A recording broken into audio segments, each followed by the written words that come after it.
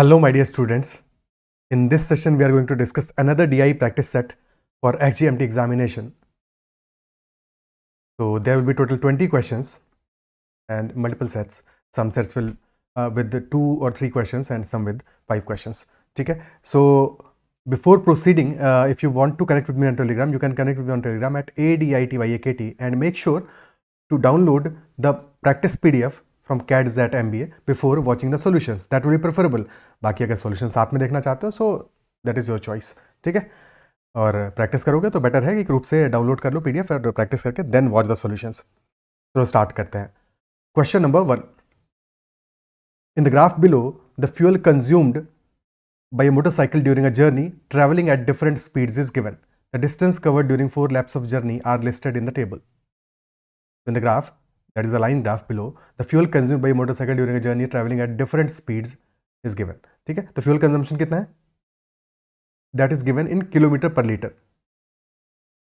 Kilometer per liter. And for example, at speed 10 km per hour, 10 km per hour, the fuel consumption is 30 km per liter. For speed equal to 45, the value is 50 km per liter. Okay. The question is, from the given data, we can conclude that the fuel consumed per kilometer was least during which lap? So there are 4 laps: lap A, lap B, lap C, and lap D. And in every lap, there is a different distance that one has to travel, and there is a different average speed. So lap A में distance is 15 km, average speed is 15 km per hour. Lap B में 75 km, 45 km per hour. Lap C में 40 km and 75 km per hour. And lap D में both are 10. So we need to identify fuel consumption per kilometer least कब होगा. Okay. तो basically mileage जहां पे हमारा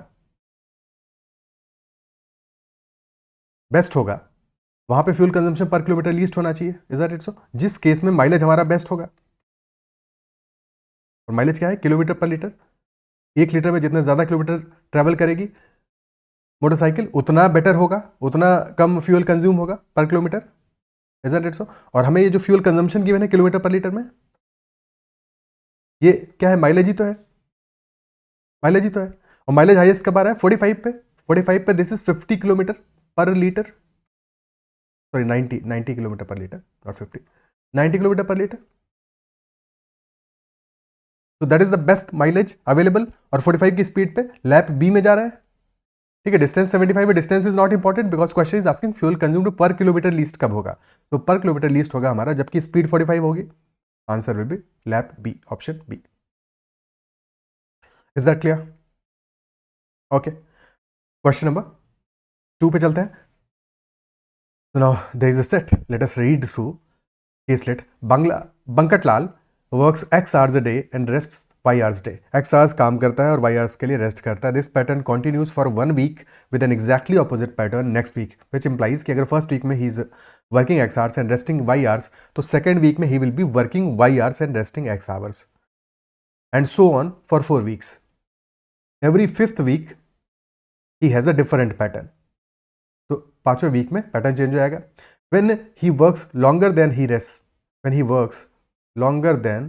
he rests, his wage per hour is twice what he earns per hour when he rests longer than he works. The following are his daily working hours for the weeks numbered 1 to 13. Weeks numbered 1 to 13 में this is the structure. For the first week he is resting 2 hours, working 5 hours. For the 5th week, he is resting 3 hours, working 7 hours. For the 9th week, he is resting 4 hours, working 6 hours. And for the 13th week, he is resting none and working full 8 hours. So a week consists of 6 days. यहाँ पे week हमारा 6 days का है, working week basically. And a month consists of 4 weeks. एक second question में पहुंच गए अपन सीधे. ओके, ठीक है. इस सेट का फर्स्ट क्वेश्चन. तो question is, if Bankatlal is paid rupees 20 per working hour in the first week, what is his salary for the first month? So rupees 20 is being paid to Bankatlal per working hour in the first week. So what is his salary for the first month? First week में scenario क्या है? Week number 1 में he is resting for 2 hours and working for 5 hours. So clearly he is working more than he is resting. Isn't it so? Second week में क्या होगा? ठीक opposite हो जाएगा, 5 और 2 हो जाएगा. 5 hours he will be resting, 2 hours he will be working. For third week again पलटेगा ये मामला और 2 और 5 हो जाएगा. So he will be working more than he is resting more than he is working. और last fourth week में this will again be reverse, 5 and 2, यानी कि resting more than he is working. First week में हमें given है कि he is paid ₹20 पर working hour, तो 5 into 20, ठीक है, दैट विल बी 1 डे का पेमेंट. बट टोटल वीक में नंबर ऑफ डेज कितने हैं? 6 हैं, तो दिस मल्टीप्लाइड बाई 6, तो this value will be 5 into 120.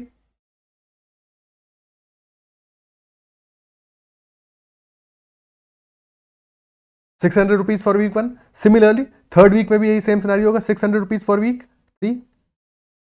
Second week में he is resting more than he is working, and we know that his wage per hour is twice what he earns per hour. कब? जबकि he is working more than he rests, यानी कि जब वो rest ज्यादा करेगा work से तो उसका wage per hour will be half of 20, तो उसका wage per hour in the second week will be 10 only. और 6 डेज है, 2 into 10 into 6, यानी कि ₹120 he will be earning on that week. और फोर्थ वीक में भी ₹120 ही अर्न करेगा, तो टोटल आ जाएगा 120 + 120, 240 + 1200, ₹1440. ₹1440 option B. Is that much clear? ठीक है, कोई दिक्कत? इफेक्टिवली देखो, ये तो पूरा प्रोसेस समझने का तरीका हो गया. इफेक्टिवली इन शॉर्ट हमें क्या समझना है कि वी नो कि फर्स्ट वीक में he will be working 5 hours, second week में he will be working 2 hours, third week में he will be working 5 hours, fourth week में he will be working 2 hours. So effectively for 12 days he will be working 2 hours. ठीक है, those are week number 2 and 4. And week 1 and 3 में for 12 days he will be working 5 hours. But जो week 1 और 3 के 12 hours हैं, 12 days हैं जिनमें कि 5 hours he will be working, उसका वेज होगा 20 होगा, और यहाँ पे वेज होगा 10. Okay, so this is total is 240 for these 2 weeks, and total is 12 into 5 60, 1200, तो टोटल आ गया 1440. This should be our approach, option B. Is that much clear? ठीक है, नेक्स्ट क्वेश्चन में चलते हैं. Question number 3. Referring to the data in question number 1, Bankatlal's average monthly salary at the end of the first 4 months will be what? Average monthly salary क्या होगी? तो now we know कि month number 1 4 months के लिए पूछ रहा है, तो मंथ नंबर 1 में तो हम निकाल चुके हैं, that is salary is 1440. Month 2 में क्या होगा? For 12 days he will be working 3 hours, and for 12 days he will be working 7 hours. जब वो 7 hours वर्क कर रहा होगा, ज्यादा वर्क कर रहा होगा, तब उसका पेमेंट कितना होगा? ₹20 पर आवर. और जब वो 3 hours वर्क कर रहा होगा, उसका पेमेंट होगा ₹10 पर आवर. तो this will become 12 into 10, 120 into 17 effectively. ठीक है, 120 into 17 हो जाएगा. बेसिकली हमने क्या किया कि जब वो वर्क कर रहा है 7 hours, तब उसको डबल पेमेंट मिल रहा है, तो 7 into 2 + 3 into 1. ठीक है, और बाकी अपना 12 into 10 को कॉमन ले लिया, सो अंदर आ जाएगा अपना 17 into 120, और ये वैल्यू क्या है? This is 120 into 12. मंथ 3 में वैल्यू बनेगा हमारा 4 hours जब वर्क करेगा तो उसको मिलेगा ₹10. ठीक है, 4, और नेक्स्ट होगा 6 into 2, सो 4 + 12 16 into 120. क्या इस बात को समझ पा रहे हो? ठीक है, इज दैट मच क्लियर कि इफेक्टिवली क्या है? 4 into 12 into 10, इतना पेमेंट मिलेगा उसको फॉर दोज 2 weeks, जबकि वो रेस्ट ज्यादा करेगा और वर्क कम करेगा, और जब वो रेस्ट से ज्यादा वर्क करेगा तो उसको मिलेगा, एक सेकंड, 4 नहीं, तब 6 होगा, 6 into 12 into 20. तो यही जो 20 का 2 है, ये कॉमन लेके हमने 6 में मल्टीप्लाई कर दिया, और फिर स्ट्रेट अवे जो 12 है ये तो कॉमन आ गया, और 10 है ये भी कॉमन आ गया. ठीक है, तो 16 into 120 for month 3, and for month number 4 this value will B 0 and 8 है. ठीक है, ये ध्यान रखना है कि देखो वीक नंबर 1 पे he will be working 8 hours, but week number 2 पे he will be not be working at all. वो 8 hours का रेस्ट करेगा पूरा का पूरा. Isn't it so? ठीक है, वर्क 0 करेगा. तो इसको यहां पे इफेक्टिवली क्या होगा कहानी कि 8 into 2 into 12 into 10. ठीक है, 2 को ऑलरेडी हमने ले लिया यहाँ पे, अदरवाइज 8 into 12 into 20 हो जाएगा. कितना हो जाएगा payment? This will be 16 into 120 again. 120 को कॉमन रखो, हमें एवरेज लेना है, 120 तो कॉमन आ गया अपना. 4 वीक्स से सम आ गया 12 + 17 + 16 + 16, and this is divided by 4. This is divided by 4. ठीक है, so 4 से this becomes 30, और ये वैल्यू आ गई 12 + 17 29 + 32 61, तो 30 into 61, तो answer will be 1830 rupees, option C. Is that clear? ठीक है, नेक्स्ट क्वेश्चन पे चलते हैं। Question number 4, the new manager Khushal Das stipulated that ₹5 be deducted for every hour of rest. तो जब अब आराम करेगा, खुशाल दास नया मैनेजर आया, उसने कहा नहीं भैया आराम का ऐसे नहीं चलेगा, आराम करोगे तुम ज़्यादा तो पैसा कटेगा तुम्हारा ज़्यादा। तो ₹5 will be deducted for every hour of rest and ₹25 be paid per hour starting 9th week. यानी कि काम करने का पैसा भी बढ़ा दिया उसने। तो बढ़िया आदमी है, इसने दोनों काम किए, रेस्ट करोगे तो पैसा कटेगा, काम करोगे तो पैसा ज़्यादा मिलेगा। एंड बट ये स्टार्ट कब हुआ है? Starting 9th week, 9th week से स्टार्ट हुआ है। Then what will be the change in Bankar Lal salary for the 3rd month? Change क्या होगा बंकर लाल की सैलरी में 3rd मंथ के लिए? तो ऑलरेडी 3rd मंथ का हम निकाल चुके हैं, that is 16 into 120। Month number 3 की सैलरी है 16 into 120। अब न्यू सैलरी क्या होगा? न्यू कंडीशंस में सैलरी क्या होगा मंथ नंबर 3 का? नई कंडीशंस में क्या है? 25 rupees will be paid for working and 5 rupees will be deducted for resting. ठीक है, फॉर रेस्टिंग। तो इफेक्टिवली यहां पे स्ट्रक्चर समझने की कोशिश करते हैं। ठीक है, 9th वीक से 9th week, 10th week, 11th week और 12th वीक। तो 9th वीक में he will B resting 4 hours, working 6 hours. और अब चाहे वो रेस्ट ज्यादा करे या वर्क ज्यादा करे, payment per our is fixed now. ठीक है, तो hourly deductions are constant for all weeks. हाँ, पेमेंट पर आवर भी फिक्स्ड है अब। ठीक है, अब ऐसा नहीं है कि जिस वीक में रेस्ट ज्यादा करेगा वहां पे हाफ हो जाएगा, नहीं, सेम है। Okay, so rest 4 hours, work 6 hours. अगले वीक में ऑपोजिट है 6-4, देन 4-6, देन 6-4। और हर एक वीक में नंबर ऑफ डेज 6 है, नंबर ऑफ डेज 6 है। Isn't it so? क्लियर है? तो हमें क्या पता है एग्जैक्टली कि सारे 4 वीक्स का अगर हम ऐड कर लें तो रेस्ट कितना किया इसने पर वीक? एवरेज रेस्ट कितना किया? 10 + 10 20 आ गया ये वैल्यू, और ये वैल्यू नीचे भी 20 ही आएगा, सेम ही आएगा, सेम ही आएगा। इफेक्टिवली एक दिन में अगर समझो तो पूरे के पूरे 24 डेज में, ठीक है, 12 डेज उसने वर्क किया है 6 आवर्स और 12 डेज उसने वर्क किया है 4 hours. Isn't it so? 12 days उसने वर्क किया है 6 आवर्स और 12 डेज वर्क किया है उसने 4 आवर्स। तो 12 इंटू 6 + 4, इतना उसने वर्क किया है, वर्क के लिए उसको मिलेगा 25। और 12 डेज उसने रेस्ट किया है 6 आवर्स और 12 डेज उसने रेस्ट किया है 4 आवर्स, इसके लिए उसका डिडक्ट होगा -5। तो 25 - 5, और ये है 12 इंटू 10 120, तो 120 इंटू 20, तो डिफरेंस कितना है? 16 इंटू 120 था अर्लियर, अब है 20 इंटू 120, यानी 4 इंटू 120 का डिफरेंस आया है, और ये एडिशन हुआ है, इंक्रीज हुआ है। तो answer will be 4 into 120 which is 480 rupees, option B. Is that clear? ठीक है, ऑप्शन बी अपना आंसर हो जाएगा इस क्वेश्चन में। नेक्स्ट क्वेश्चन पे चलते हैं, question number 5। Using the data in the previous questions, what will be the total earnings of Bankat Lal at the end of 16 weeks? 16 weeks के एंड में उसकी अर्निंग क्या होगी? ओके, ठीक है, तो क्या अर्निंग होने वाली है? ऑलरेडी हमें ये पता है कि खुशाल दास आया है 9th वीक पे, यानी कि जो पहले 2 महीने हैं उनका सिनारियो तो सेम रहेगा जो ऑलरेडी पहले हम ले चुके हैं। तो मंथ 1 में है 120 to 12, मंथ 2 में है 120 to 17।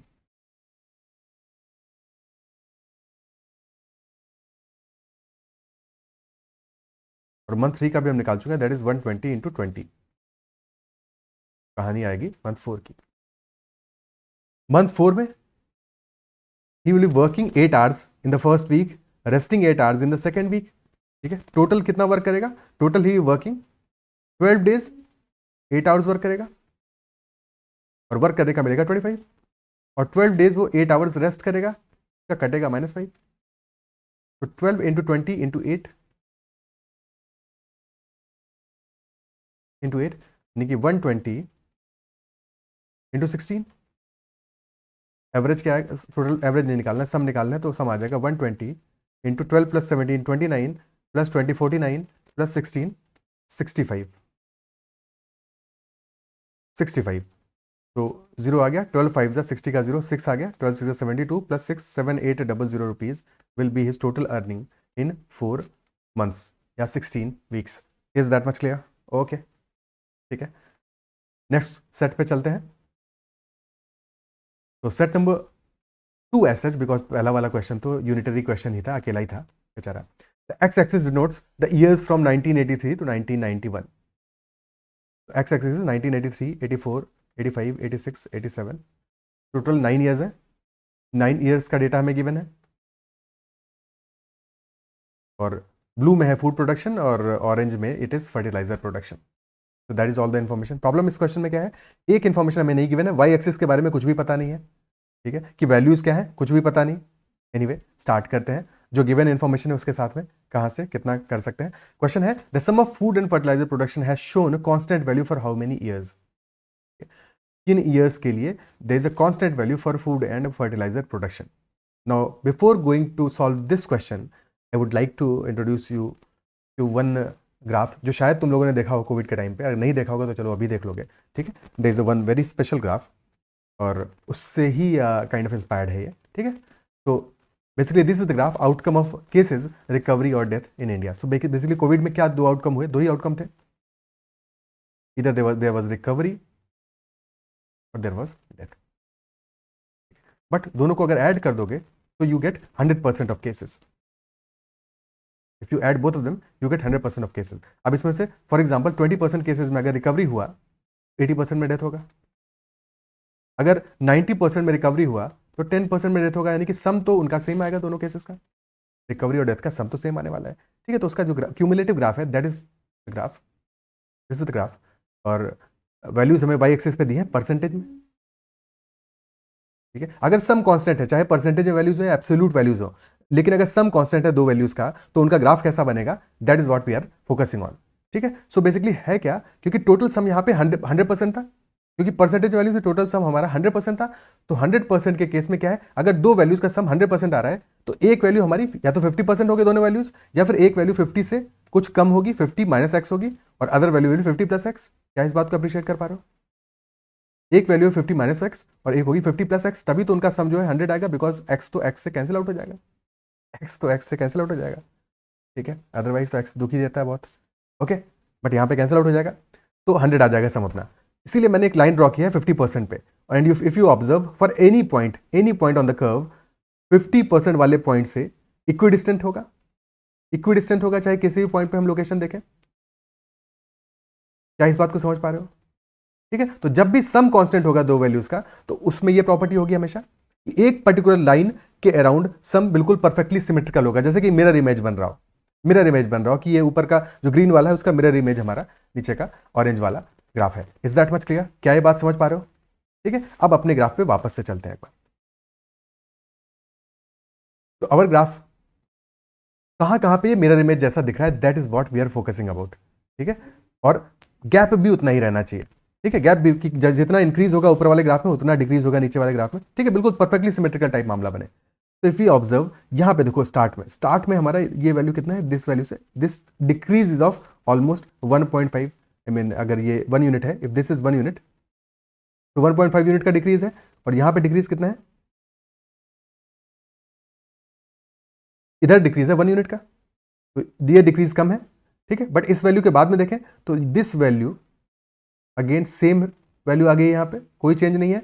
और वही सेम कहानी यहाँ पे, these two values are also at same level, बिल्कुल सेम लेवल पे है. Isn't it so, isn't it so. तो क्लियर है. अब फिर यहाँ से जितना इंक्रीज आया है रफली 1.5 का इंक्रीज आया है, और इधर भी रफली 1.5 का इंक्रीज आया है. फिर again these two values are at the same level here and here as same कहानी यहाँ पे है.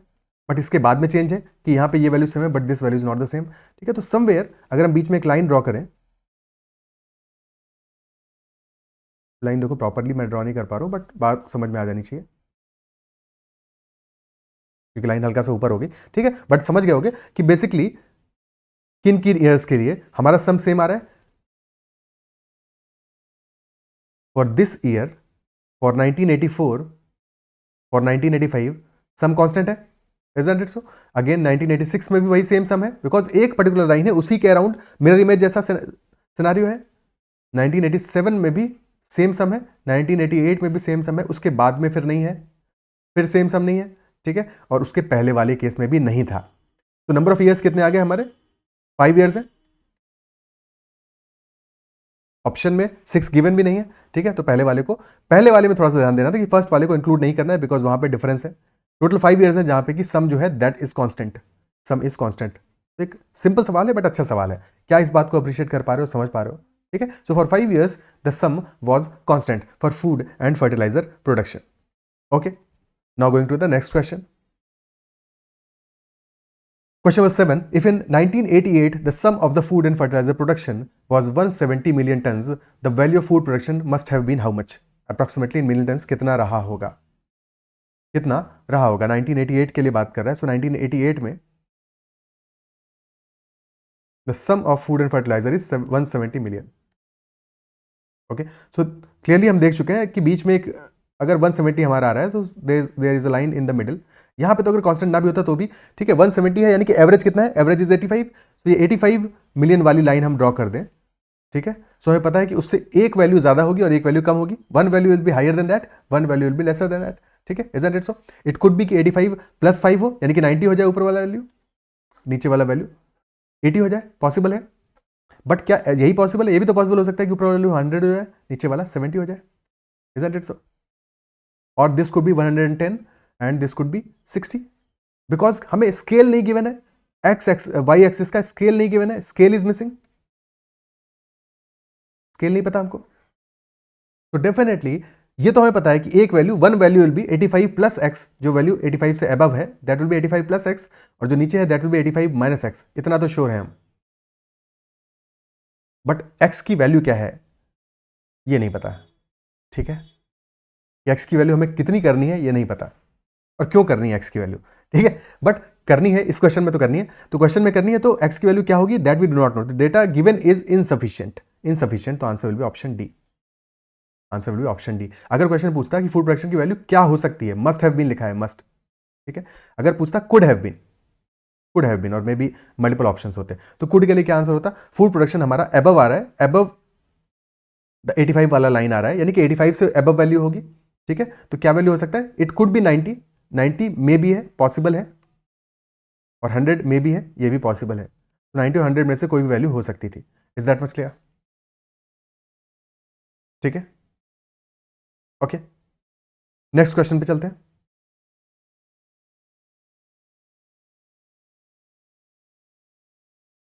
From its apparent behavior, the food production in year 1992 can be expected to go up, go down, remain the same, or nothing can be said. So apparent behavior के हिसाब से हमें जो behaviour हो रहा है उसके हिसाब से we have to predict, we have to की एक्सपेक्टेशन क्या होगा 1992 में फूड प्रोडक्शन कहाँ जाएगा. तो फूड प्रोडक्शन वाली लाइन अपनी ऊपर है, और clearly if you observe this is the first year. ठीक है. इसके बाद में 2 ईयर्स के लिए डिप है फूड प्रोडक्शन में. 2 ईयर्स के लिए देयर वाज अ डिक्रीज, की वैल्यू डिक्रीज हुई. फिर 2 ईयर्स के लिए ऑलमोस्ट सेम रही, क्योंकि अगर हम ईयर में देखते हैं बाकी बीच में हल्का सा डिप तो है. ठीक है. फिर 2 ईयर्स के लिए अप हुई वैल्यू, ऑलमोस्ट कंसिस्टेंट रही. Then there is again a down. 2 years के लिए डिप है, देन फिर से अप है, और 2 ईयर्स के लिए अप रहा. अब अगला क्या आना चाहिए? जिस तरह से चल रहा है ये, अब इसमें डिप आना चाहिए. अब इसमें डिप आना चाहिए. Isn't it so? तो there is a consistent pattern. भाई फूड प्रोडक्शन में तो कंसिस्टेंट पैटर्न है, फर्टिलाइजर में जरूर नहीं है, बिकॉज फर्टिलाइजर में तो ये प्रॉब्लम यहां पे ब्रेक हो गया इसके बाद. ठीक है. बट फूड में there is a consistent pattern, तो अगले आगे इसको गो डाउन, इसको नीचे जाना चाहिए यहां से वैल्यू को, और शायद इधर कहीं पे आएगा. ठीक है. यही सेम वैल्यू रहेगा, बट ये वैल्यू क्या है ये हमको नहीं पता है. बट इतना पता है कि it must go down, it should go down, must नहीं, it should go down considering the apparent behaviour. So answer B होगा, option B, that the line should go down. Clear है? Next question. Going according to the previous trends, one can say that the fertilizer production has shown an anomalous behavior in which year? Anomalous यानी कि जब out of the way गया है, कि एक pattern follow कर रहा था बट फिर उसने उस पैटर्न को छोड़ दिया. ठीक है. सो एक्सेप्शनल बिहेवियर कहाँ पे आया है? क्लियरली वी सी कि ये एक पैटर्न था हमारा जो लगातार फॉलो हो रहा था, सम कांस्टेंट आ रहे थे, बट फिर यहाँ पे ये हुआ कि इंस्टेड ऑफ ये हल्का सा इस वैल्यू पे रहता, यहाँ पे क्लियर डिप हमको देखने को मिल रहा है. And this is what is the anomaly. यही प्रॉब्लम है. इसके बाद में तो सब कुछ ठीक है, इसके बाद वाली चीज़ों को उतना बेकार नहीं कह सकते, तो फिर भी कांस्टेंट है, but this is the anomaly. ठीक है. This is the anomaly. So 1989 will be the answer. 1989 is the year where the anomalous behaviour is given. ठीक है, is shown. Question number 10. A scholar observed that if the production of fertilizer in 1989 had been the same as that in 1988, then the total fertilizer production for all the given years would have been 450 million tons. Using this information and knowing that the food production has been plotted on the same scale, one may say that the food production in 1983 was approximately in million tons. How much? कितना रहा होगा? कितना रहा होगा? What has been given? कि total fertilizer production is 450 million tons. यानी कि this value for all these values sum is 450 million tons for 9 years. Okay, and we need to identify कि फूड प्रोडक्शन 1983 में अप्रॉक्सीमेटली कितना रहा होगा. अब यहाँ पे देखो एक चीज़ समझने वाली है फिर से एक बार कि हमको स्केल तो गिवन नहीं है, हमको वाई एक्सिस का स्केल कुछ भी गिवन नहीं है, तो हमें नहीं पता इसके बाद भी कि इन वैल्यूज़ में जो वेरिएशन आ रहा है ये वेरिएशन कितने का है.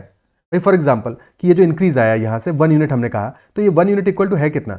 This 1 unit can be equal to 1 million, this can be equal to 2 million, this can be equal to 5 million और this can be equal to 10 million. कुछ भी हो सकता है और ये जो वैल्यू होगा उस पर डिपेंड करेगा हमारा answer.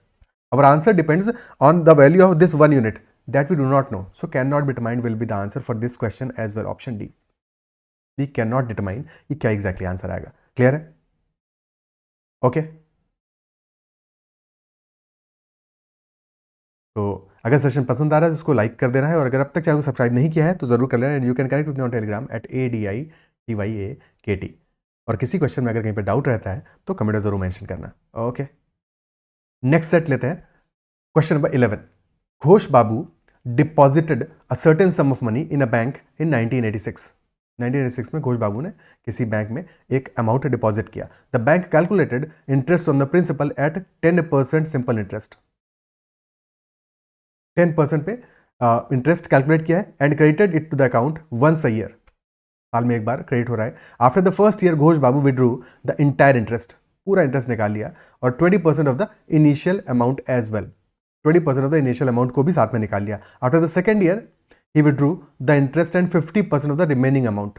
After the third year he withdrew the interest and 50% of the remaining amount. Finally after the fourth year Ghosh Babu close the account and collected the entire balance of ₹11,000. So finally हमें last में value दी है 11,000 की. Okay, और question पूछा है initial amount क्या रहा होगा. तो पूरा ड्रॉ करते हैं. स्टार्ट ऑफ द ईयर को शॉर्ट में लिखते हैं SOY. ठीक है, end of year is EOY, E of I. और इंटरेस्ट मिला है और विड्रॉल भी साथ में देखना पड़ेगा.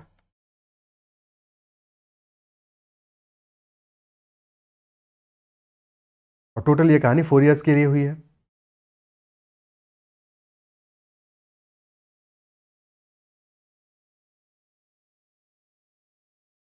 तो year number 1, year number 2, year number 3, year number 4. Year number 1 के स्टार्ट में कितना अमाउंट डिपॉजिट किया है दैट वुड नॉट नो. तो एज्यूम कर लेते हैं 100x मान लेते हैं. 100 भी मान सकते हैं. ठीक है, 100x मान लिया कि 100x टोटल अमाउंट है जो कि स्टार्ट ऑफ द ईयर में डिपॉजिट किया है. 10% इस पर इंटरेस्ट मिलेगा तो 10% कितना हो जाएगा 10x इंटरेस्ट मिलेगा. But then Ghosh Babu after the first year withdrew the entire interest. पूरा इंटरेस्ट को विड्रॉ कर लिया and 20% of the initial amount यानी कि 20x और विड्रॉ कर लिया. ठीक है, एंड ऑफ द ईयर में अमाउंट बचेगा कितना. बेसिकली इनिशियल अमाउंट में 20x विड्रॉ किया है तो बचेगा 80x क्योंकि पूरा का पूरा इंटरेस्ट तो विड्रॉ कर लिया है. ठीक है, और ये जो 80x बचा है यही सेकेंड ईयर का स्टार्टिंग अमाउंट होगा. यही सेकंड ईयर का स्टार्टिंग अमाउंट होगा. सेकंड ईयर में यही अमाउंट जाएगा. अब 80x से जो चला गया सेकंड ईयर में इस पे इंटरेस्ट मिलेगा हमें 8x का 10% यानी कि 8x का इंटरेस्ट मिलेगा.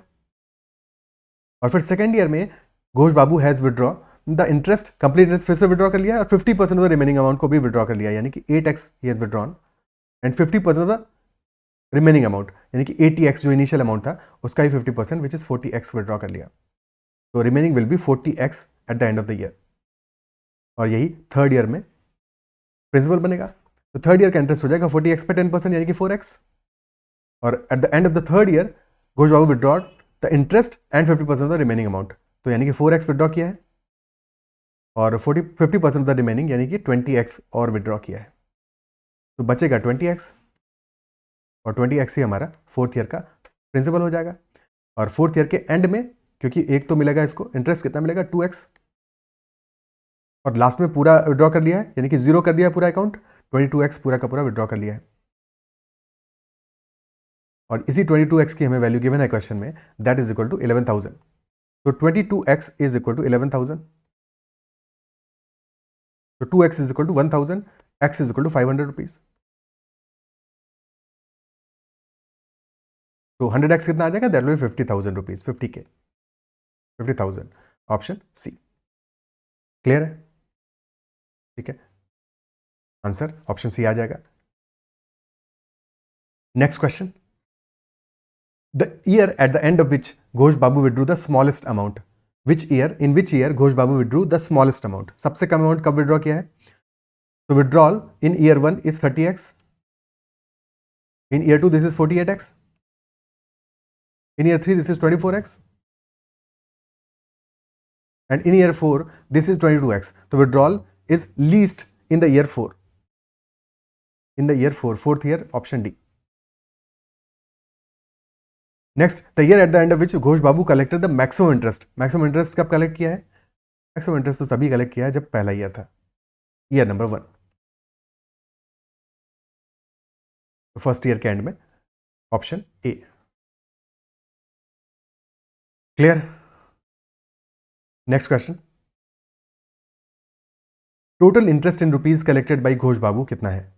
टोटल इंटरेस्ट कलेक्टेड, तो इंटरेस्ट कितना कलेक्ट हुआ है?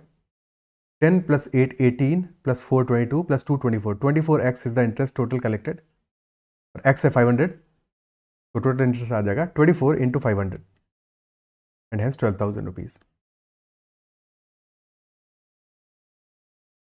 Option A. नेक्स्ट क्वेश्चन पे चलते हैं। The graph shows the statistics of 12 cricket players. So this is the graph. It is showing the statistics of 12 cricket players. Each point on the graph indicates the average score per match of a player and the number of matches played by that player. तो average score per match कितना है? ठीक है, वो हमें given है Y axis पे, vertical axis पे, और हॉरिजॉन्टल पे गिवन है number of matches played. Each of the players plays for one of the 4 teams, team 1, team 2, team 3 and team 4. ठीक है, एवरेज स्कोर क्या होगा? Average score is total runs scored by a player divided by number of matches.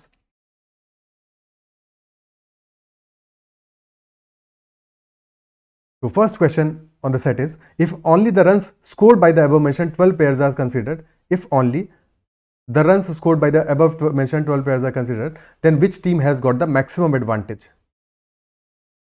If only the runs scored by the above mentioned players are considered, तो किस team के पास में maximum advantage होगा? That is what the question is asking. ठीक है, एक चीज तो हो गया एवरेज, और सेकंड चीज क्या है? Runs scored. क्वेश्चन क्या कह रहा है? क्वेश्चन कह रहा है if only the runs scored. ठीक है, एवरेज के बारे में बात नहीं कर रहा है कि एवरेज क्या है, हमें फर्क नहीं पड़ता। अगर सिर्फ जिसने ज्यादा रन स्कोर किए हैं वो हमारे लिए ज्यादा बेटर प्लेयर है, तो अगर हम सिर्फ उसके बारे में बात करें तो मैक्सिमम एडवांटेज किसका होगा, किस टीम को मैक्सिमम एडवांटेज मिलेगा, तो हमें सबके टोटल रन निकालने पड़ेंगे, उससे पता चलेगा, है कि नहीं। पहले एक दो छोटी बातें समझ लेते हैं, उसके बाद में फिर वो काम करते हैं। ओके, तो if you observe team number 1, team number 1 के प्लेयर्स कहाँ पे स्टैंड कर रहे हैं? दिस इज प्लेयर नंबर, एक प्लेयर है टीम 1 का, player second player and third player, तो दीज आर द 3 प्लेयर्स, और एवरेज इनका हाई है। In general average is high, but number of matches played is not so high. एक player को छोड़ दें, प्लेयर नंबर 3 को, तो बाकी दोनों के number of matches plays are around 150, around 150 है, isn't it so? Team number 2 के लिए बात करें तो टीम नंबर 2 का एक प्लेयर तो ये है, then there is a player and then एक और प्लेयर है, this one. Average for one player is very low, the number of matches played are high. For one player the average is high as well as number of matches played which is 300 and around 46 के around इसका average आ रहा है। और third player है जिसका कि 160 के around matches खेले हैं और 40 एवरेज है। ठीक है, 40 एवरेज है। टीम 3 के लिए बात करें तो टीम 3 में तो सारे प्लेयर्स का एवरेज लो ही है, तो क्लियरली हमें टीम 3 के लिए कैलकुलेशन करने की तो जरूरत नहीं है, बिकॉज सारे प्लेयर्स का एवरेज इज लो। तो टीम 3 हमारा मैक्सिमम रन्स तो स्कोर टोटल नहीं किया होगा, ठीक है, बिकॉज सब कुछ लो आ रहा है। क्या ये बात समझ पा रहे हो? सारे प्लेयर्स का जो रन्स है, runs scored are quite low. Is that much clear?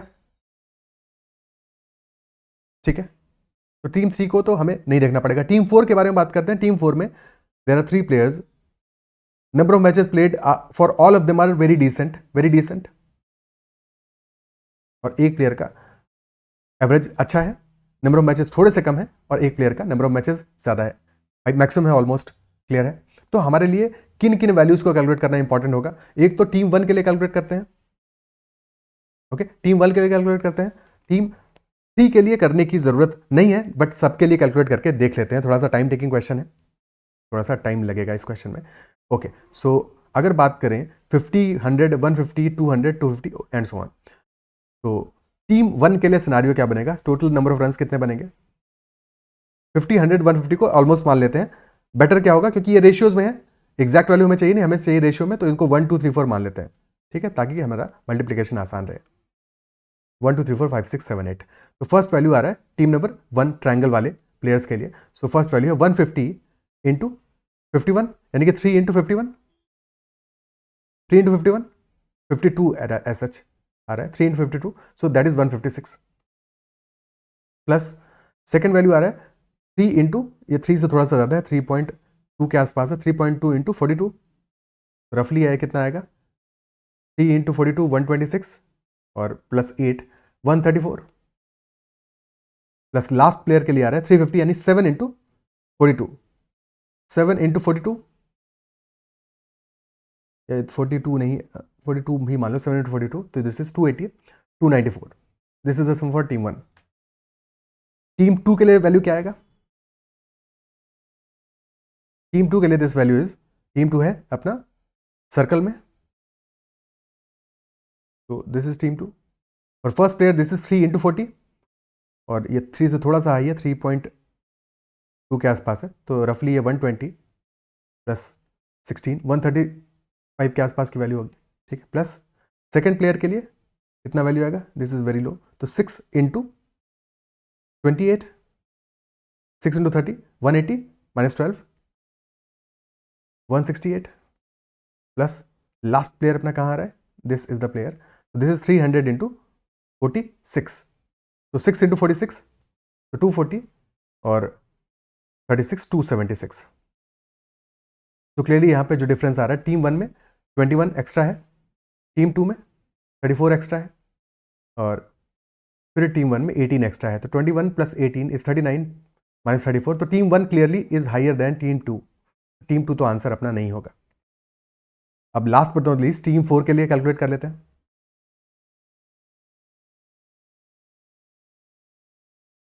For team 4 one player, this player is कितना में है? 250 इंटू, थोड़ा सा कैलकुलेटिव क्वेश्चन बन गया, इजंट इट सो? 240 इंटू 45, तो दिस इज अराउंड 5 इंटू 45, 225, 220 के आसपास की वैल्यू है। Plus second value is 225 into 34, यानी कि 4.5 इंटू 34, तो 5 इंटू 34 कितना होगा? 170 माइनस 17, तो दिस इज 153। और for the last player this will be 7 into 40, 280, slightly lower है, स्लाइटली लोअर है, तो 280 से थोड़ा सा लोअर है, 275 आसपास, तो कर लो। तो क्लियरली यहां बहुत एडवांटेज है 220 में, there is a huge advantage, और 275 इज वेरी कंपेरेबल। तो डेफिनेटली टीम 4 हमारा greater than all the teams है। टीम 4 हमारा आंसर हो जाएगा option D. Is that clear? ठीक है, क्या ये बात समझ में आती है?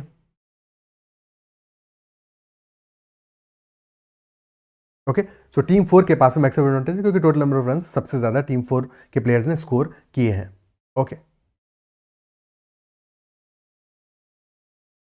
अब ये तो हो गया जबकि हमें क्वेश्चन में ओनली द रन्स स्कोर्ड के बारे में बात पूछ रहा है। लेकिन अगर क्वेश्चन पूछता कि रन स्कोर नहीं, ओवरऑल परफॉर्मेंस के बारे में पूछता, और पूछता मैक्सिमम एडवांटेज किस टीम के पास में है, ठीक है, तो ओवरऑल परफॉर्मेंस में इंपॉर्टेंट क्या है कि run scored are not the only criterion, but important is कि टोटल नंबर ऑफ मैचेस कितने खेले हैं।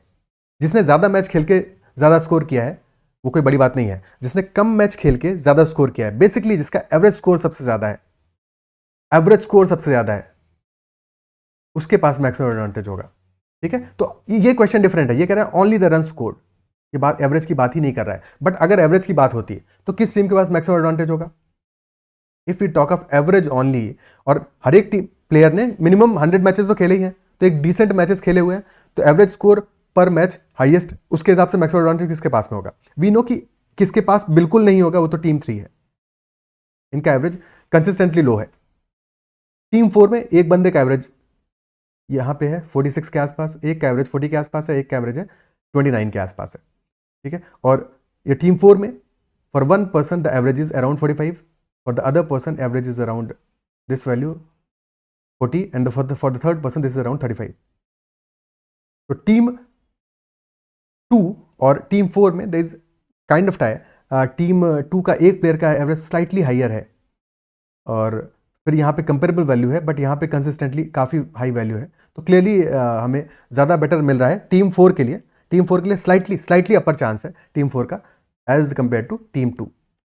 बट अगर बात करें टीम नंबर 1 की, तो टीम नंबर 1 का हर एक प्लेयर का average is very high, for every player the average is very high. तो मैक्सिमम एडवांटेज किसके पास है? टीम 1 के पास में है, ठीक है। If we consider average runs per match, तो clearly average score per match, तो definitely team 1 has a definite advantage. Is that clear?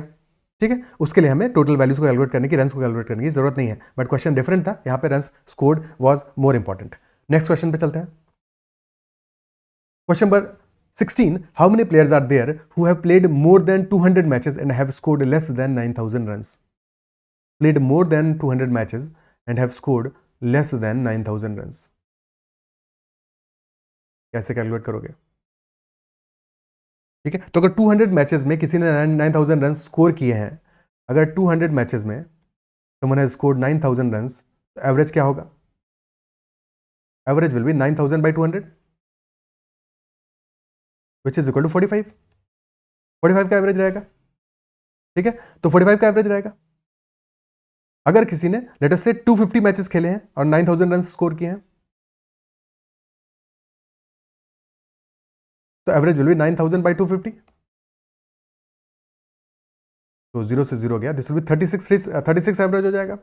अगर किसी ने 300 मैचेस खेले हैं और 9000 रन स्कोर किए हैं, तो एवरेज हो जाएगा 30 रन।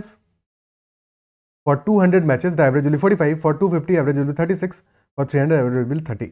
अब इसका यूज कैसे करेंगे, ध्यान से समझना इस बात को। 200 मैचेस में 45 का एवरेज होगा जिसका, if this is the average, तो पक्का, या फिर उससे अबव एवरेज है तो 9000 से ज्यादा रन स्कोर किए हैं। बट अगर इससे नीचे है एवरेज फॉर 200 मैचेस, तो क्लियर सी बात है कि फिर उस बंदे ने कम रन स्कोर किए होंगे 9000 से। Isn't that so? और मिनिमम 200 मैचेस तो खेल रही है, तो हमारी जो भी बात होनी है, कहानी होनी है, वो सारी 200 मैचेस के बाद होगी, यानी इस लाइन के बाद होगी, इस लाइन के आगे वाले प्लेयर्स के बारे में हम बात कर रहे हैं, ठीक है। सो और सेकंड चीज क्या है कि अब अगर 200 मैचेस खेल के 9000 से कम रन बनाए हैं, सो इस पॉइंट से नीचे होना चाहिए 200 मैचेस पे। सिमिलरली 250 मैचेस में 36 से नीचे होना चाहिए, 36 will be somewhere here. Clear है? और एक सेकंड, ठीक है, 36 विल बी समवेयर हियर। और 300 मैचेस में 30 का एवरेज से नीचे होना चाहिए, सो समवेयर हियर। अब इन तीनों को हम ज्वाइन कर लेते हैं, इन तीनों को ज्वाइन कर लेते हैं, बस इनको ज्वाइन कर लिया। जब अब इससे नीचे जो प्लेयर्स हैं वही हमारा आंसर है। Is that clear? जो भी प्लेयर्स हमारे इस लाइन से नीचे, इस कर्व से नीचे लाई कर रहे हैं, तो ज्यादा आंसर, जिसके लिए सारी ये मेहनत की, क्या अप्रिशिएट कर पा रहे हो इस बात को? ठीक है, सबके लिए अलग अलग कैलकुलेट थोड़ी करेंगे। सो क्लियरली ये जो 3 प्लेयर्स हैं हमारे, यही आंसर होंगे, ऑप्शन बी। तो 3 players are there who have played more than 200 matches and have scored less than 9000 runs. और जो ऊपर प्लेयर्स आ रहे हैं इसके, क्लियरली उन्होंने ज्यादा रन स्कोर किए हैं। तो देयर आर टोटल 6 प्लेयर्स जिन्होंने की 6 players who have scored greater than 9000 runs and have played greater than 200 matches, and there are 3 players who have scored less than 9000 runs and have played greater than 200 matches, and then there are 3 more players जो कि left hand side में आ रहे हैं, who have scored less than 9000 runs but have also played less than 200 matches. Clear? Okay, ठीक है। Next question पे चलते हैं, और पर्पज़ मेरा यही था कि ऐसे ऐसे क्वेश्चंस लें अलग अलग टाइप के, सो दैट हमें हर तरह का डेटा इंटरप्रिटेशन का आइडिया हो जाए, ठीक है। अदरवाइज फायदा क्या है इन सेशंस का। Next question, what is the average score of those players of team 4 whose average are better than the average of that player who has played the second highest number of matches for team 3? तो 2 कहानियां, इसको break कर दो, break करके पढ़ो। सबसे पहले क्या पढ़ते हैं कि better than the average of that player, तो average of that player who player, which player who has played the second highest number of matches for team 3। Team 3 यानी कि स्क्वायर, सेकंड हाईएस्ट मैचेस किसने खेले हैं, तो highest तो खेले हैं इस बंदे ने, सेकंड हाईएस्ट खेले हैं इस बंदे ने। अब इसका जो एवरेज का वैल्यू है, इसका एवरेज का वैल्यू है, तो what is the average score of those players of team 4 whose average are better than the average of that player. तो इसके एवरेज से बेटर होना चाहिए, this is the average value of this player. तो team 4 के उन players का, सितारा प्लेयर्स हैं, दीज टू सिताराज, ठीक है, इन दोनों सितारों के बारे में बात कर रहा है कि इन दोनों सितारों का एवरेज क्या होगा, ठीक है, एवरेज क्या होगा, average score of those players. अब हमें ये पता है कि पहला वाला जो बंदा है, फर्स्ट वाला, उसका एवरेज है 45, average is 45, average score per match is 45, और सेकंड वाले का average score per match is 40। तो अगर 45 और 40 है तो आंसर तो अपना 45 से 40 के बीच में है, ठीक है। अगर दोनों ने इक्वल नंबर ऑफ मैचेस खेले होते, if both of the players had played equal number of matches, तो एवरेज क्या होता, तब एवरेज होता हमारा 42.50। ये तब होता जबकि इक्वल नंबर ऑफ मैचेस खेले होते, बट इक्वल तो खेले नहीं है। ज्यादा मैचेस जिसने खेले होंगे तो एवरेज हमारा उसके साइड में टिल्ट करेगा। ज्यादा मैचेस किसने खेले हैं, ज्यादा मैचेस खेले हैं 40 वाले ने, 40 वाले ने नंबर ऑफ मैचेस खेले हैं रफली 340, रफली 340, और 45 एवरेज वाले ने नंबर ऑफ मैचेस खेले हैं रफली 240। तो क्लियरली जो हमारा एवरेज है वो 42.50 से छोटा होगा, 40 की तरफ ज्यादा टिल्ट करेगा, तो 42.50 से लेसर होगा। इज दैट मच क्लियर, छोटा होगा, ठीक है। सो ऑप्शन डी आंसर नहीं होगा, ऑप्शन ए आंसर नहीं होगा, ओके। और जिस तरह का वेटेज आ रहा है उससे I can infer that option C will be the answer, ठीक है, but probably you won't be able to infer that, ठीक है। अगर कर पा रहे हो तो अच्छी बात है, तो ऑप्शन सी अपना क्लियरली आंसर हो जाएगा, जिस तरह का वेटेज है 240 मैचेस और 340 मैचेस का, ठीक है। बट अदरवाइज हम इसको कैलकुलेट करेंगे, एवरेज को कैसे कैलकुलेट करेंगे, हमें पता है 340 मैचेस खेले हैं 40 एवरेज वाले प्लेयर ने, और 240 खेले हैं 45 एवरेज वाले प्लेयर ने। हम एज्यूम कर लेते हैं कि 40 हमारा एवरेज है, तो इससे और डेविएशन निकाल लेते हैं, ठीक है। तो 40 जो अपना एवरेज है क्या आएगा, बेसिकली टोटल एवरेज क्या आएगा, 40 को हमने जीरो मान लिया, 40 को ऑलरेडी एवरेज मान लिया, तो 45 में कितना डेविएशन है, 5 का डेविएशन है, और नंबर ऑफ मैचेस है 240, तो एवरेज अपना आ जाएगा 40 plus 5 into 240 1200 divided by total number of matches कितने, 580। तो ये वैल्यू आ गया कितना, 42 प्लस 40 अपॉन 580, जो कि रफली 0.07 आ जाएगा। Option C will be the answer. Clear है, ओके। नेक्स्ट क्वेश्चन करते हैं। Question number 18, the graph below shows the end of the month market values of 4 shares for the period from January to June. There are 4 shares A, B, C and D, और उनकी market values given है from January to June for each month. Question number 1 for this set is, which share showed the greatest percentage increase in the market value in any month during the entire period? तो greatest percentage increase किस month में आया होगा और किस value के लिए आया होगा। अगर हमें इंक्रीज देखना है तो we only need to identify those values जहां पे इंक्रीज हुआ हो, ठीक है। और क्योंकि ग्रेटेस्ट परसेंटेज इंक्रीज है, दो चीजें इंपॉर्टेंट है, एक तो एब्सोल्यूट वैल्यू इंपॉर्टेंट है, बिकॉज एब्सोल्यूट वैल्यू जितना कम होगा उतना ज्यादा परसेंटेज में इंक्रीज होगा, और सेकंड चीज स्लोप भी इंपॉर्टेंट है, स्लोप भी इंपॉर्टेंट है, स्लोप जहां पे ज्यादा होगा वहां पे इंक्रीज के चांसेस ज्यादा है, ठीक है। सो कौन सी वैल्यूज है जो हमारा फोकस लेती हैं, एक तो दिस वैल्यूज देयर, यहाँ पे एब्सोल्यूट टर्म्स में चेंज ज्यादा है, बट परसेंटेज में कितना ज्यादा होगा ये नहीं कह सकते, इसके लिए कैलकुलेट करना पड़ेगा, बिकॉज अल्टीमेटली क्या है, ये ग्राफ में सबसे ऊपर लाई कर रहा है, टॉप पे ग्राफ लाई कर रहा है, तो डेफिनेटली जो इसका बेस वैल्यू है वो भी ज्यादा है, base value is also higher, ठीक है। और क्लियरली अगर हम इस वैल्यू से कंपेयर करें तो यहाँ पे उतना इंक्रीज नहीं है, तो ये आंसर का पार्ट नहीं होगा, इसको कैलकुलेट नहीं करेंगे, ठीक है। Similarly this value here, this also raises concern, क्योंकि बेस मिनिमम है और इंक्रीज हो रहा है, ठीक है। और डेफिनेटली यहाँ पे इंक्रीज मच लोअर है, तो इसको कंसिडर करने की जरूरत नहीं है, ठीक है। इतना एग्जाम में टाइम थोड़ी होता है कि सारी वैल्यूज को कंसिडर करते रहो, ठीक है। और जो हमारा सी वाला ग्राफ है वहां पे तो बहुत छोटू इंक्रीज है, क्लियरली उससे ज्यादा इंक्रीज तो यहाँ पे आ रहा है, तो सी वाले को तो कतई कंसिडर नहीं करेंगे, और इसीलिए बी वाले को भी कंसिडर नहीं करेंगे, क्योंकि अगर ये आंसर हो सकता है तो ये क्यों नहीं होगा भाई, यही होगा ना, ठीक है। सो इसीलिए हम बी वाले को भी, नहीं बी नहीं है, ये कौन सा है, ये सी है, ऊपर वाला बी था, ठीक है। तो बी और सी दोनों को ही हम कंसिडर नहीं करेंगे, उनको जरूरत नहीं है, या तो हमारा आंसर इस वैल्यू पे होगा और या फिर इस वैल्यू पे होगा। अब दोनों पे परसेंटेज इंक्रीज अपना निकाल लेते हैं, ठीक है, दोनों वैल्यूज पे परसेंटेज इंक्रीज निकाल लेते हैं कि क्या वैल्यू हमारा परसेंटेज इंक्रीज आ रहा है। तो फॉर दिस वैल्यू 40 से राइज कर रहा है और कहां पहुंच रहा है, अराउंड दिस इज 44-45 के आसपास की वैल्यू है, नहीं सॉरी 40 से 60, 1 यूनिट में 60 का 20 का चेंज है, तो दिस विल बी अराउंड 50 होगा, 40 से 50 पे पहुंच रहा है, और यही यहां पे बात करें so this value is around 95 है, और 95 से ये पहुंच रहा है 115 पे, तो 40 से 50 यानी कि 10 का चेंज है, 10 का इंक्रीज है 40 पे, 10/40 यानी 25% का इंक्रीज है, और 95 से 115 तो 20 का इंक्रीज है। इंक्रीज तो डबल है बट बेस वैल्यू भी तो डबल से ज़्यादा है, तो 20/95 यानी कि दिस वैल्यू कितना आ जाएगा परसेंटेज में, दिस वैल्यू 4/19, 400/90%, तो 19 टू 38, 21% के आसपास की इंक्रीज आएगा, तो क्लियरली 25% इज मच हाइयर, तो आंसर अपना हो जाएगा। सबसे लास्ट में कौन सा आ रहा है, डी ग्राफ आ रहा है, तो D will be the answer. Okay, ठीक है। Next question, an individual wishes to sell one share of C and one share of D to buy one share of A at the end of the month. At which month end would the individual's loss from this decision due to share value change will be the maximum? एक individual क्या करना चाह रहा है, he wants to sell one share of C and one share of D, and then he or she wants to buy one share of A at the end of the month.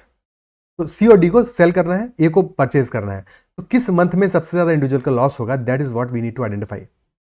Okay, तो C और D को तो cell करना है, C और D को तो cell करना है, C और D कहाँ पे है, C अपना है स्क्वायर वाला और D है अपना सबसे नीचू, ठीक है।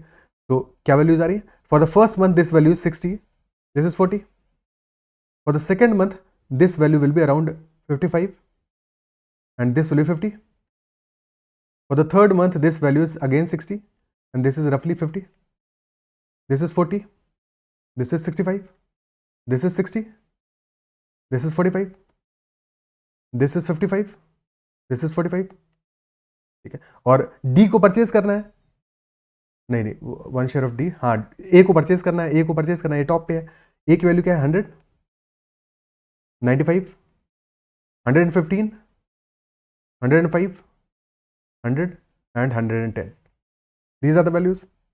ओके, तो फर्स्ट मंथ में कहानी क्या बनेगी, और द फर्स्ट मंथ जब वो सेल करेगा C और D को तो पैसा मिलेगा उसको 100 रुपीज का, और 100 रुपीज में ही वो परचेज कर लेगा D का शेयर, तो no profit no loss, zero पे है, एब्सोल्यूट जीरो पे है। इन द सेकेंड मंथ फरवरी में टोटल रेवेन्यू उसको मिलेगा, पैसा मिलेगा 105 व्हेन ही सेलिंग, और 95 में परचेज कर लेगा, 95 में परचेज कर लेगा तो 10 रुपीज एक्स्ट्रा बच जाएगा, so this is his gain, his profit, तो 10 रुपीज का उसका प्रॉफिट हो जाएगा, ठीक है। एब्सोल्यूट वैल्यू रुपीज में है या किस में, ये फर्क नहीं पड़ता, ठीक है। 10 का प्रॉफिट हो जाएगा, 10 यूनिट्स का प्रॉफिट हो जाएगा, क्लियर है। और द थर्ड मंथ मार्च में total rupees he will be getting will be 110, और 115 में परचेज करेगा यानी कि 5 का लॉस होगा उसका, 5 एक्स्ट्रा उसको लगाने पड़ेंगे। और द फोर्थ मंथ 105 रुपीज उसको मिलेंगे और उसमें ही परचेज करेगा, तो no profit no loss, zero. और द फिफ्थ मंथ 105, ठीक है, 105 में उसको मिलेगा 105 अमाउंट, और 100 में परचेज करेगा यानी कि अगेन -5 का लॉस होगा। और the six month 100 rupees revenue मिलेगा उसको, और 110 में परचेज करेगा तो 10 रुपीज का लॉस होगा। तो क्लियरली सबसे ज्यादा लॉस कब हो रहा है उसका, मैक्सिमम लॉस कब हो रहा है, मैक्सिमम लॉस उसका हो रहा है जून मंथ में, ऑप्शन डी, क्लियर है। Next question, an individual decides to sell, same कहानी है, सेम स्टोरी है। क्वेश्चन क्या है, what can be the individuals greatest gain from this decision due to share value changes. Greatest gain कब होगा, same question है, greatest gain उसका हो रहा है फरवरी में, और वो गेन हो रहा है 10 यूनिट्स का, 10 यूनिट्स का गेन हो रहा है, तो option B will be the answer. 10 का गेन मैक्सिमम है, option B will be the answer, clear है। Okay, so these are all the questions from this set, from this practice set. I believe session आपको पसंद आया, question समझ में आया, किसी भी क्वेश्चन में अगर डाउट है तो जरूर पूछना, और अगर सेशन पसंद आया तो उसको लाइक जरूर करना है, अगर अब तक चैनल को सब्सक्राइब नहीं किया है तो जरूर कर लेना। And you can connect with Telegram at ADITYAKT and join the Telegram group that is CAT-ZAT MBA, अगर अब तक भी नहीं किया है तो। Okay, bye bye, take care.